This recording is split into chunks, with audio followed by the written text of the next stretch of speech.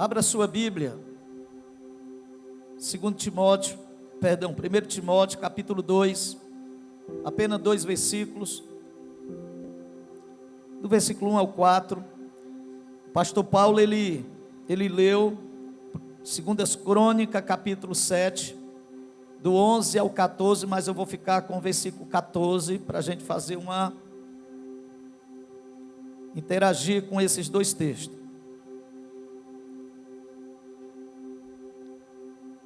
Eu quero nessa noite conversar um pouco com a igreja a respeito da palavra de Deus. Mas o que nós estamos vendo hoje é muito assustador. E não é para os crentes ficar com medo, mas também os crentes não podem ficar bem à vontade, como se nada tivesse acontecendo.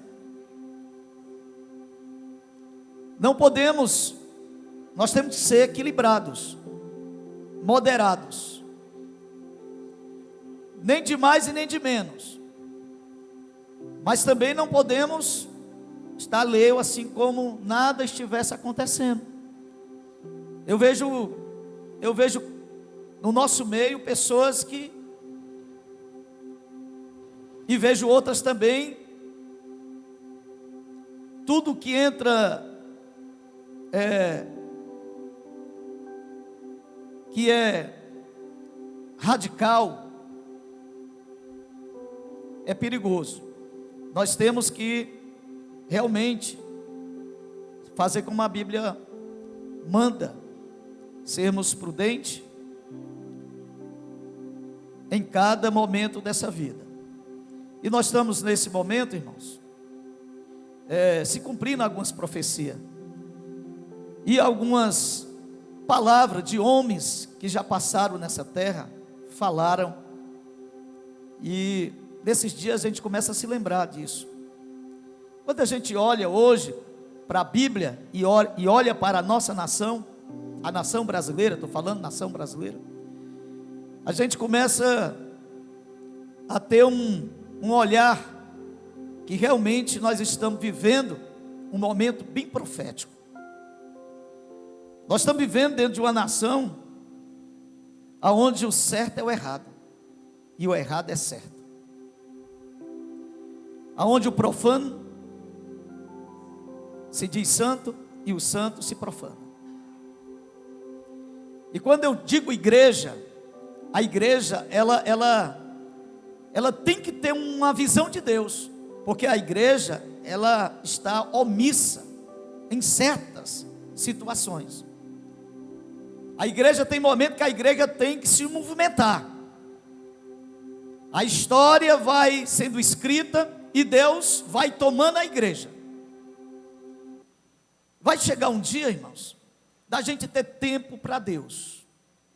Hoje a gente conversa com muitos crentes: pastor, eu estou sem tempo. E eu digo que quando a pessoa está sem tempo de ir para a igreja, para a casa de Deus, adorar a Deus, ela está com um pé na cova, espiritualmente falando. Mas vai chegar um tempo que essas pessoas vão ter tempo bastante para ir para a casa de Deus. Vai ter tempo de gostar das coisas de Deus. Vai ter tempo de a gente ter comunhão muito maior do que nós estamos tendo. Esse sistema, ele vai trazer coisas muito ruins, mas também Deus vai usar esse sistema para trazer coisas boas para a igreja. É no meio desse caos que Deus vai gerar comunhão entre nós. Nós vamos começar a gostar de estar um com o outro, conversando. Esse sistema, ele vai começar a gerar em nós desejo de fazer o bem às pessoas. E é nesse mesmo momento que Deus, ele vai derramar o avivamento sobre nós. É nesse mesmo momento que o avivamento vai começar, igual você coloca milho lá para fazer a pipoca e começa a estourar, né? Não é isso? Como é que isso? Pipoqueira, né? te bota lá. É assim que vai acontecer. O Espírito Santo vai começar, pega um ali, pega outro aqui, pega outro ali, converte outro ali, conserta uma vida ali, restaura outra ali, e as coisas vão começar a acontecer. E a igreja vai começar a entender o seu papel, que muitos não entendem ainda. Nós estamos em um momento, e esse texto aqui do capítulo 2 de 1 Timóteo, começa dizendo: antes de tudo, recomendamos que se faça orações. E quando você começa, eu gosto essa versão, que diz, antes de tudo. E o que é esse antes de tudo? Paulo está falando de intercessão, de oração sobre as autoridades. Ele vai aqui dizer no versículo 1 até o 2. E antes de tudo, o que é mais importante? É algo que é necessário, é algo indispensável, antes de tudo. E a igreja precisa compreender isso aqui, a importância da intercessão, da oração. Vai chegar o tempo que eu e você vamos gostar muito de orar. Eu acho que vai ser a escolha preferida de alguns, é orar, é estar na igreja orando, porque nós vamos começar a entender o propósito da oração. Nós vamos começar a entender que a oração não é uma opção, é um dever. Lucas 18:1, Jesus vai falar isso. É o dever de nós orar. Para quê? Por quê? E Paulo diz, antes de tudo, recomenda-se que se faça súplica, oração, intercessões, ações de graça por todos os homens, pelos reis, por todos os que exercem autoridade. Paulo está dizendo, priorize. E ele não está falando, daqui um pouco eu vou para Crônicas, ele não está falando com qualquer pessoa não, ele está falando com a igreja. Essa palavra não é para ímpio, não é para pessoas que não conhecem a Deus, é para a igreja. A igreja tem o dever de fazer isso. E ele começa a dizer aqui, pelas autoridades. Irmãos, a oração atrai, na minha linguagem, atrai a Deus até a terra para fazer, executar algo que Deus delegou à igreja. Deus colocou, Deus pode fazer tudo isso. Deus, ele pode salvar os homens, como diz aqui, ele pode salvar. Mas ele colocou, ele inseriu isso. Ele participa com a igreja. Isso aqui não tira nem um pouquinho da soberania de Deus, não. Mas é porque Deus interage. Toda a história de Deus com o homem, Deus chama o homem para ser o parceiro dele.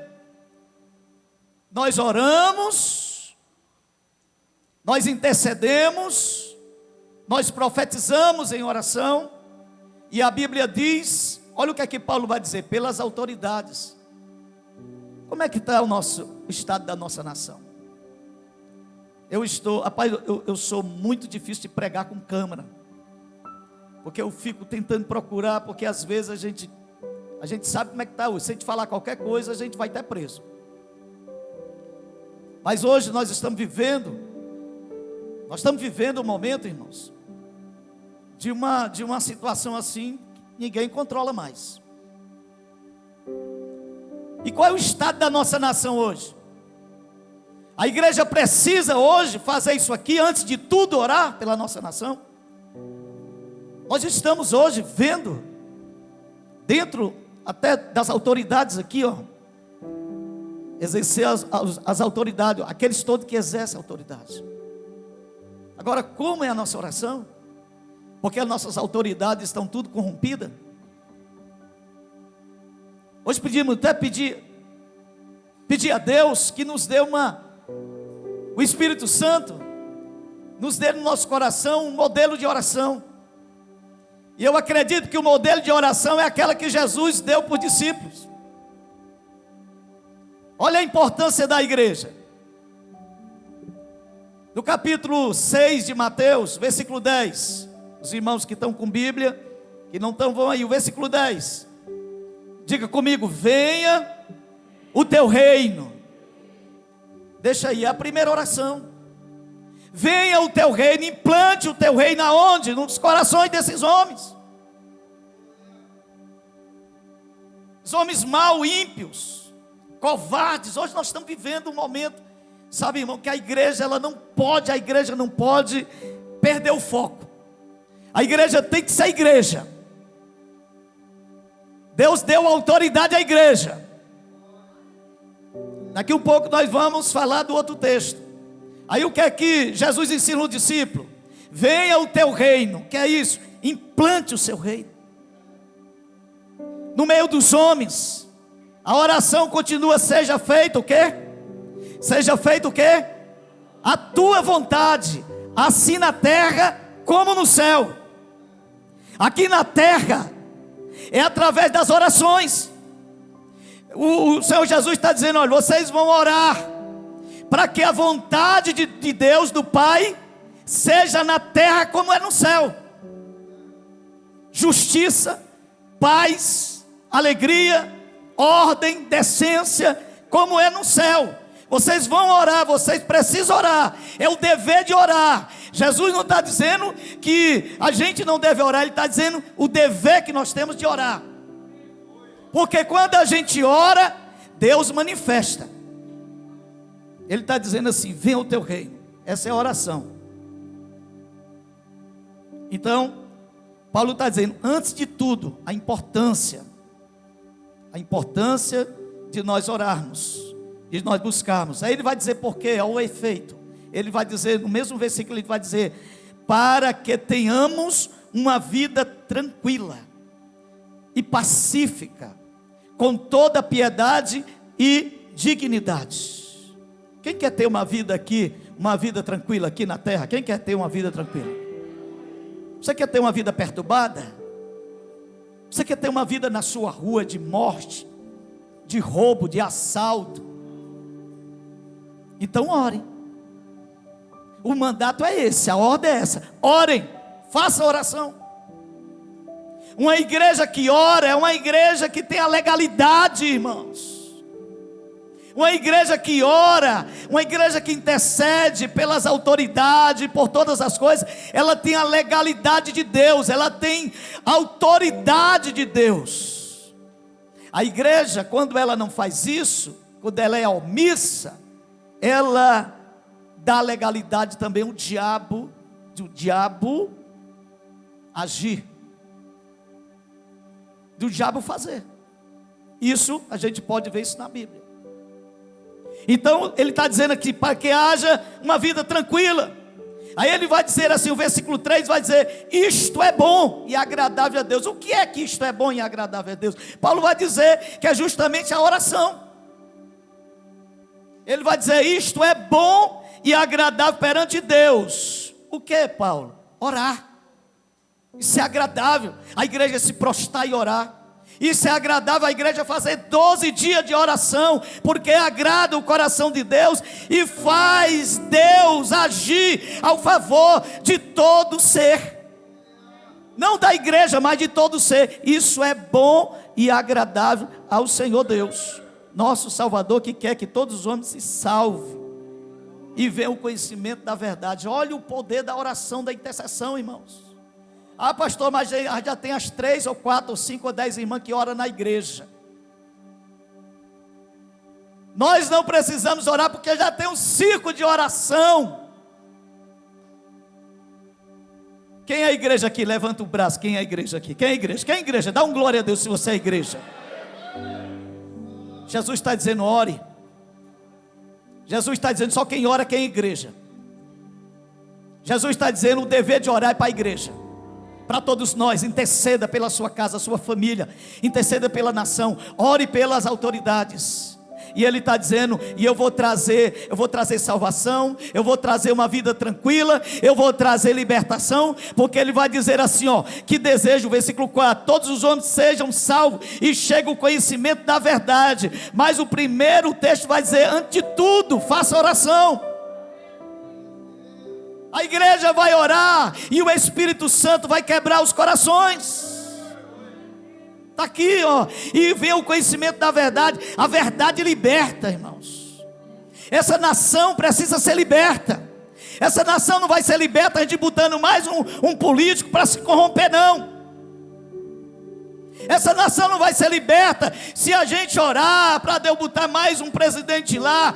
Vai se corromper, e se não se corromper, ele não consegue vencer o sistema, porque o sistema já está montado.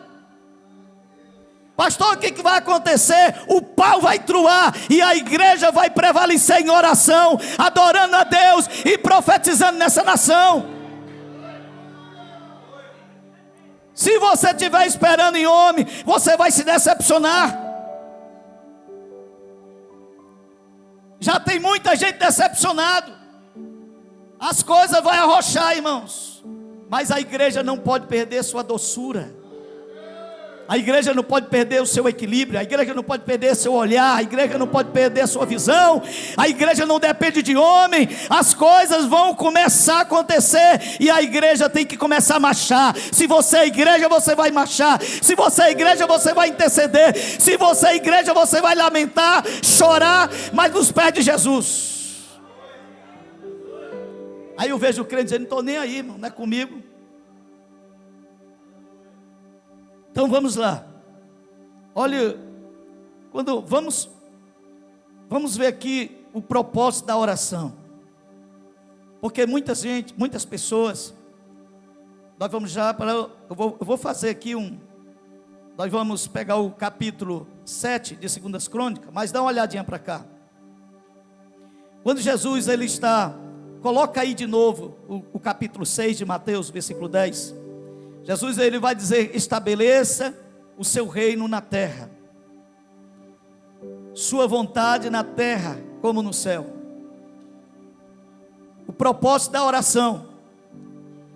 Muitas vezes nós achamos que o propósito da oração é só a gente orar, informar as nossas necessidades. Olha para mim aqui, irmão, informar nossas necessidades a Deus. Nós falar, comunicar as necessidades que nós temos a Deus. Escute, olhe para mim que essa mensagem vai marcar o seu coração. E não é isso não. Nós estamos, irmãos, acostumados, sabe, principalmente nós assembleanos, nós aprendemos algumas coisas erradas. Que nós achamos que o altar da oração é para me pedir. É para mim colocar no altar tudo aquilo que eu preciso. Tudo bem, é isso, mas não é só isso. Porque o altar da oração é um lugar onde você vai guerrear por você e por mais pessoas. O lugar da oração, o altar da oração, é um lugar de sermos tratados também por Deus. É um lugar onde Deus trata comigo. É um lugar onde Deus cumpre também alguns propósitos através da oração na minha vida. É onde Deus também requer algo que Ele quer de mim na oração. E nós vamos aqui, vá agora comigo lá para 2 Crônicas. Vamos lá comigo. 2 Crônicas, capítulo, eu vou, por causa do tempo, eu vou só para o versículo 7. Capítulo 7, perdão, versículo 14, glória a Deus. Diz assim: se o meu povo, leiam comigo, 1, 2, 3, se o meu povo, toda igreja, se o meu povo, que se chama pelo meu nome, se humilhar, e orar, e buscar a minha face, se converter, ou se afastar dos seus maus caminhos, do céu eu ouvirei, perdoarei os seus pecados, curarei a sua terra. Esse versículo é muito forte, irmão. É muito forte. Primeiro, se o meu povo O povo de Deus, nós. Não é o povo, é o seu povo. Se o meu povo, que se chama pelo meu nome, se humilhar, esse humilhar aqui é reconhecimento da soberania de Deus, confiança nele, dependência dele. Nesse sentido aqui, não é aquela se humilhar porque pecou, alguma coisa semelhante. Mas aqui é o reconhecimento da soberania, a confiança que tem em Deus, a dependência que tem em Deus. Se o meu povo não confiar nesse tipo de governo, se o meu povo não confiar na sua força, mas confiar na minha soberania, no meu poder, confiar em mim, se humilhar e orar, aí vem, e orar.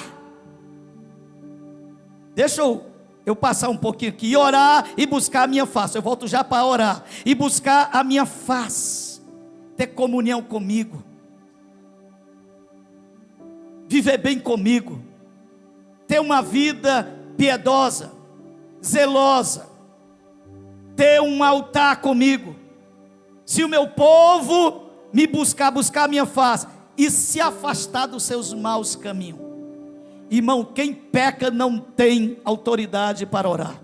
Pode até orar, mas legalidade para que esta oração, abra a sua Bíblia aí, Provérbio 28, 9. Provérbio 28, 9. Quem está nos maus caminhos, que ele vai dizer, se afasta dos seus maus caminhos. Olha o que é que ele diz: se alguém se recusa a ouvir a lei, a palavra.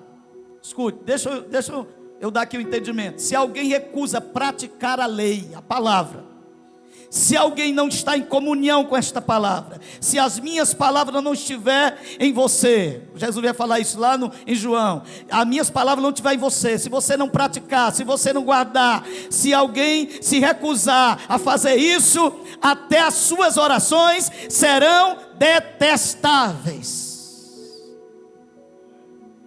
Então não tem legalidade. Vocês sabem por que esse texto ele é muito atual para agora? Porque nós estamos orando, pecando. Porque nós estamos de joelho, fazendo tudo errado. Porque nós estamos de joelho, mas nós estamos odiando o irmão. Não sobe a oração. Porque eu estou de joelho, mas eu falo mal dos irmãos tudinho. A minha oração não vai subir. É detestável diante de Deus.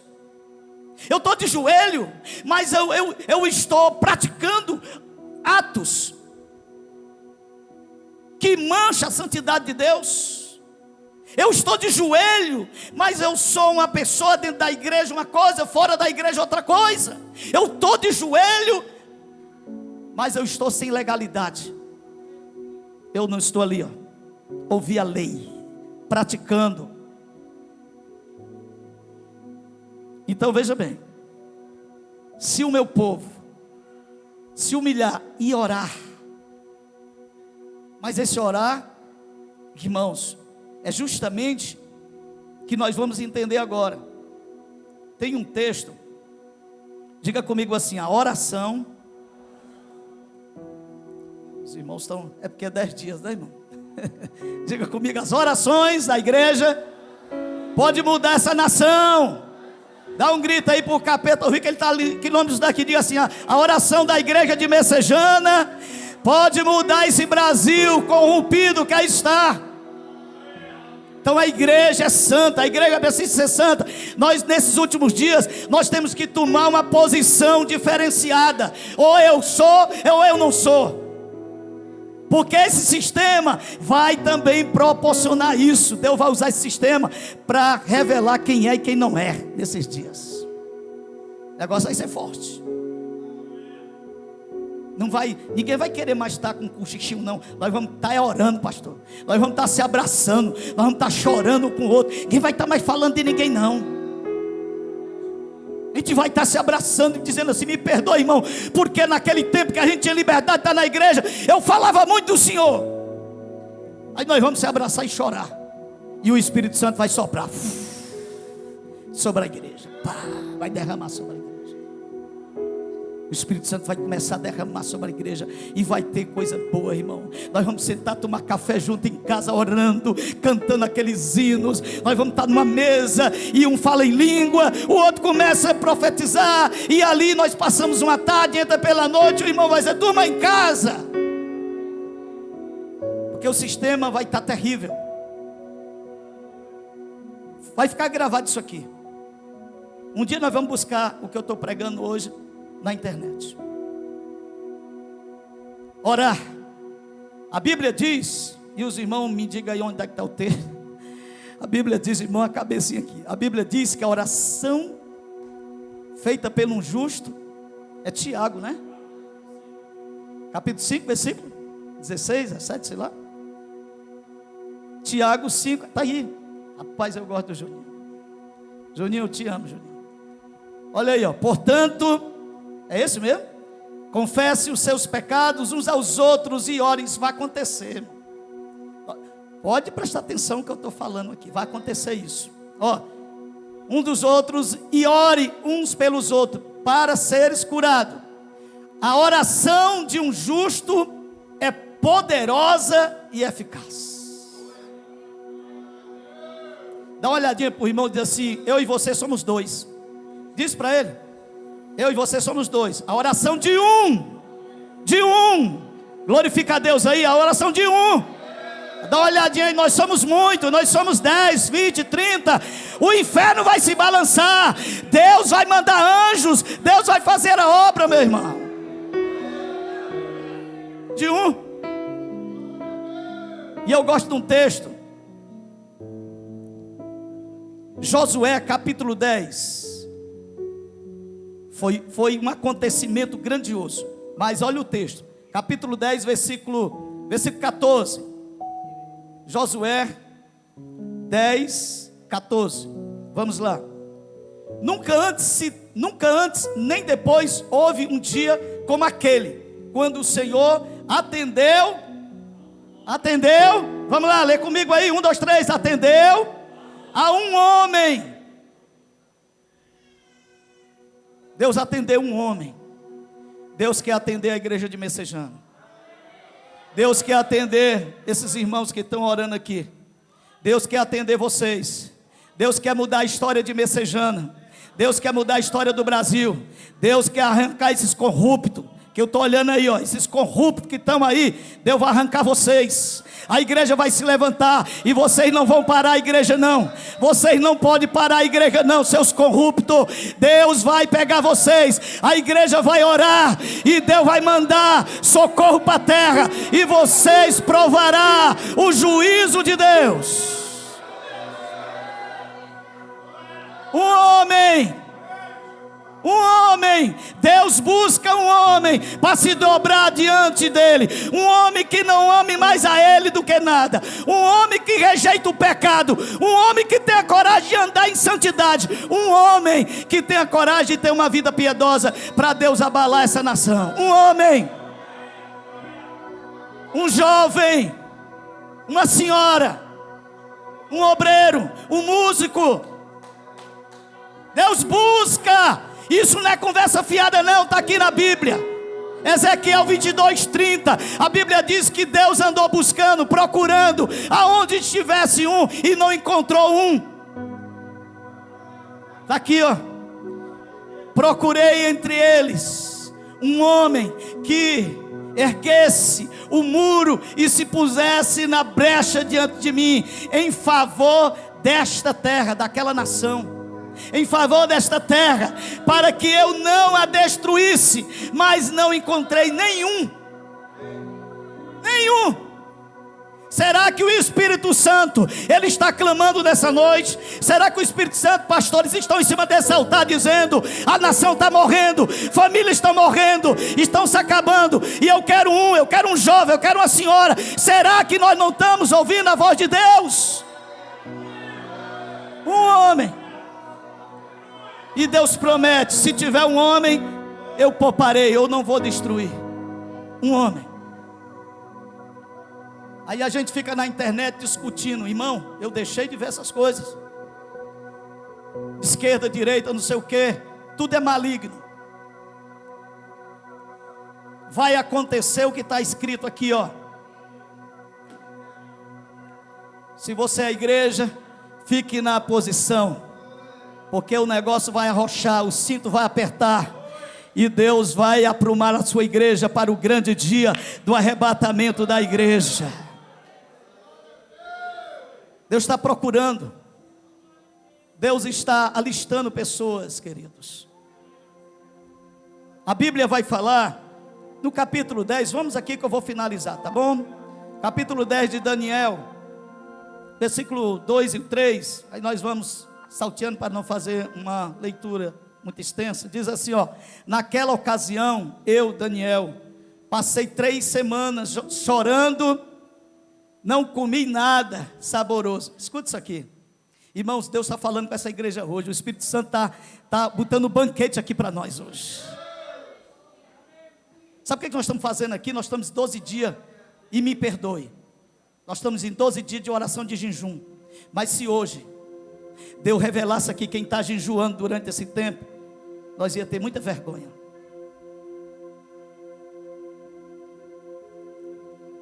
Deus está chamando hoje pessoas corajosas. Irmãos, para entrar nesse exército desse tempo presente, vai ter que ter coragem. Os medrosos vão voltar. Eu sei que tem pessoas que só não falta suportar quando a gente fala isso, mas é verdade, você vai ver isso. Olha o que é que ele está dizendo: não comi nada saboroso, nem carne, nem vinho, nem provei, e não usei nenhuma essência aromática, até que se passasse aquelas 3 semanas. Aquelas 3 semanas, Daniel chorou, jejuou, orou, abriu mão de tudo, por uma causa. Você não abre mão de tudo se você não tiver uma causa maior. Você recebe isso? Levante sua mão. Você tem uma causa maior? Você tem uma causa maior? Então Deus está dizendo para vocês: se tem uma causa maior, você vai conseguir executar, porque a sua causa é maior do que aquilo que lhe interessa. Aqui é um sentido da oração. A oração não é eu buscar os meus prazeres. Tiago vai dizer que a gente ora e ora mal, porque não sabemos orar como convém, não pedimos o que convém. Daniel não está pedindo aqui o que ele quer. Daniel está com a visão. Eita, olha a palavra que o Senhor Jesus está me dando. Deus está levantando pessoas. Deus está levantando pessoas. Recebe isso aí, ó. Recebe o que eu vou falar. É profético. É profético que eu vou falar aqui. Tem pessoas hoje que Deus está escolhendo no nosso meio aqui. Deus está escolhendo pessoas aqui para entregar missão gloriosa no mundo espiritual. Ei, não é qualquer pessoa não. Me perdoe, mas não é qualquer pessoa. Deus está escolhendo pessoas hoje aqui para entregar, sabe por quê? Escuta aqui uma coisa, eu vou ler e vou explicar para vocês. Aí ele vai dizer: 3 semanas se passaram, e eu estive na presença de Deus por algo que Deus colocou nas mãos dele. Vamos lá, pela nação. Não, passa aí, meu filho. Não, vai para o versículo 10. Vai para o versículo 10, eu explico já. Em seguida, a mão de alguém tocou em mim e me pôs sobre as minhas mãos, e os meus joelhos vacilantes, ele estava debilitado. Vamos lá. E ele disse: Daniel, você é muito amado, preste bem atenção ao que vou falar. Levante-se, pois eu fui enviado a você. Quando ele me disse isso, pus-me em pé tremendo. E ele prosseguiu: não tenha medo, Daniel. Desde o primeiro dia em que você decidiu buscar entendimento e humilhar-se diante do seu Deus, suas palavras, suas orações foram ouvidas, e eu vim em resposta a elas. Mas o príncipe do reino da Pérsia me resistiu durante 21 dias. Então Miguel, um dos príncipes supremos, veio a me ajudar, pois eu fui impedido de continuar ali com o rei da Pérsia. Escute, Deus está entregando missão hoje aqui a Daniel. Você entendeu? Deus está entregando missões a Daniel aqui. Esse rei da Pérsia era o supremo, era o demônio, o mais supremo dos demônios. E ele vai lutar, e ele precisa de ajuda, e vem, quem é que vem? Miguel, para ajudar ele. E ele consegue chegar até Daniel. A luta continua lá. Escute aqui uma coisa, levante a sua mão. Irmão, estou pregando debaixo de uma unção, estou vendo algo de Deus acontecer hoje aqui. A palavra está sendo pregada. Levante a sua mão, levante a sua mão. Fique com ela levantada, feche os seus olhos. Hoje Deus vai te levar a uma dimensão hoje, que você vai entender o mundo espiritual.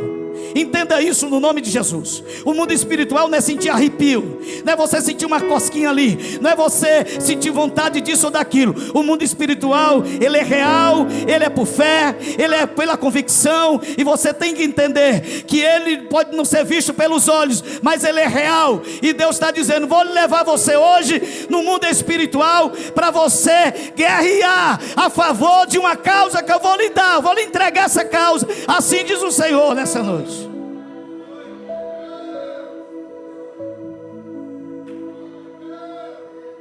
A gente pode ver isso mais na frente. Bota o versículo 21. Nós vamos terminar.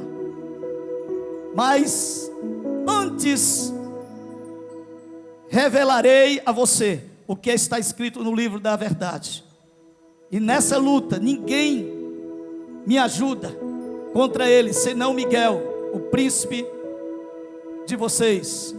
Passa o outro. Não, é o versículo 20.